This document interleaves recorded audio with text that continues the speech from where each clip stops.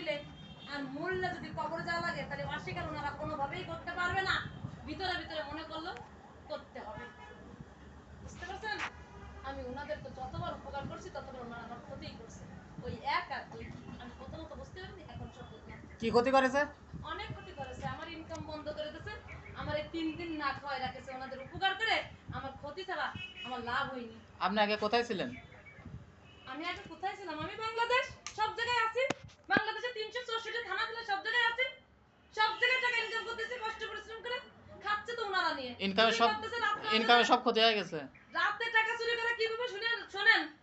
রাতে যে পরিবেশে ঘুমাই সেই পরিবেশে যায় ঘুমের ওষুধ দিয়ে অজ্ঞান করে চেকে সই করে টাকাগুলো নিয়ে আসে। আপনাদের টাকা নিয়ে চলে যায়। ওই এক আর দুই সেই চেকে সই করে স্বামী আমার আইডি কার্ড চুরি করেছে। প্রথমত আমার আইডি কার্ড চুরি করে বুঝছেন? এই সব কথা বলতে রে। আমার আইডি কার্ড চুরি করে আমার আইডি কার্ড দিয়ে রেজিস্ট্রেশন খুলেছে স্বামী হিসেবে।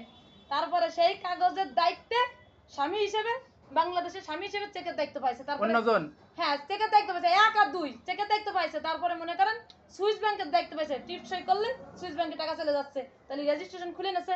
তাহলে আমি যখন এত দূর দিতে পারলাম আমি তো কোনো ক্ষতি করিনি না, আমি সবার ইনকামের ব্যবস্থা করেছি। আর উনি আমার ইনকাম আজকে বন্ধ করেছে। উনি কি বলেছে জানেন? দোকানদারকে শিখাই দেয় আপনি 2 টাকাও ভিক্ষা দেবেন না। আমি কালকে থেকে ভাত খাইনি, এখনো পর্যন্ত ভাত খাইনি। কালকে সারা জেলায় ঘুরে আইছি, আজকে সারা জেলায় ঘুরে আইছি, টাকা ইনকাম করে ব্যাংকটা ভরে দিছি। এই বাজারে এসে এখনো কিন্তু 200 টাকা ইনকাম করতে পারিনি, 100 টাকা ইনকাম করতে পারিনি। 20 থেকে 30 জন আসামি খুঁজে বের করে মালবন গাড়িতে তুলে দিছি। থানার থেকে সন্ধ্যার সময় ব্যাগ ভরা টাকা, ব্রিকেজ ভরা টাকা, বস্তা ভরা টাকা বেরোবে।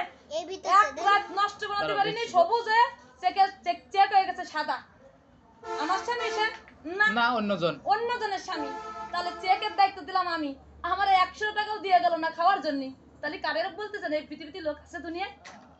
আছে কেউ নাই। তাহলে আমার কষ্ট পরিশ্রমের মূল্য কেউ দিল না, নিল সবাই। নেছে না? এই যে খালি জায়গাটা আগা মাথা পড়েছিল, আগের বেলা কালেকশন করে গেছে, খালি ছিল। আমার ব্যাগের টাকা দিয়ে পুরো মার্কেটটা করে দিয়া স্বীকার করতেই হবে, অস্বীকার করতে পারবে না। কেন এই মোবাইলটা আপনি ধরে রাখেছেন? এই মোবাইলটা আমার কথা বলতেছে সারা টাওয়ারে প্রমাণ হয়ে গেছে আমি বাংলাদেশ। অবশ্যই বাংলাদেশের নাগরিক আপনি। আমি হয়তো টাকার ব্যাগ নাই, আমি তো টাকাটা এই জায়গায় আমি দিছি, আর কেউ দিইনি। তাহলে প্রত্যেকটা 2 এর পরিবারের থেকে আসা সদস্য আর প্রত্যেকটা 1 এর পরিবারের থেকে আসা সদস্যকে আমি ইনকামের ব্যবস্থা করেছি তাকে ভাইকে। তাহলে আমার ব্যাগের টাকা দিয়ে আমি তাকে ইনকামের ব্যবস্থা করে তাকে খাওয়া পড়ার ব্যবস্থা করেছি। আর উনি আমার ইনকামটা আসে বন্ধ করতে। আমি এখনো পর্যন্ত ভাত খাইনি, জানেন? সত্য কথা হলো এটাই। ব্যাগ ভরে নিয়ে যাচ্ছেন তা কার কষ্ট পরিশ্রম একবার হিসেব করে দেখছেন? তাহলে আজকে যদি সবার চলে আমার কষ্ট পরিশ্রমে আমার টাকায় আমি বাংলাদেশ মেন তো আমি, তারপর আপনাকে আনছি, তারপর আইছেন, তাই না? প্রথমত 40 বছরের ব্যাগ আমি, আপনি কয় বছর আইছেন? 5 বছর 7 বছর। আর আমি 40 বছরের ব্যাগ। তাহলে আপনার জন্মের আগে আপনার থেকে অভিজ্ঞতা আমার বেশি না? আমার কষ্ট পরিশ্রম বেশি না? আপনি বসে বসে টাকা ইনকাম করতেছেন, আমি সারা দেশে 364 থানা জেলায় ঘুরে টাকা ইনকাম করতেছি। তো আজকের পজিশন আপনি সব নেন, তাতে আমার কোনো দুঃখ নেই।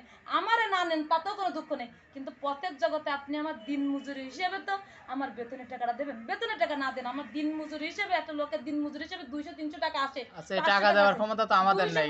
টাকা কে দেবে? সরকার না অন্য কেউ? মেন যে এই টাকাটা যে চেকে সই করে নেয়, লাল মিষ্টি গুড়া মেন গার্জিয়ান হিসেবে, তাদের উচিত না পথের জগতে 200-500 টাকা ইনকাম আমারে দেয়া? উচিত কিনা বলেন?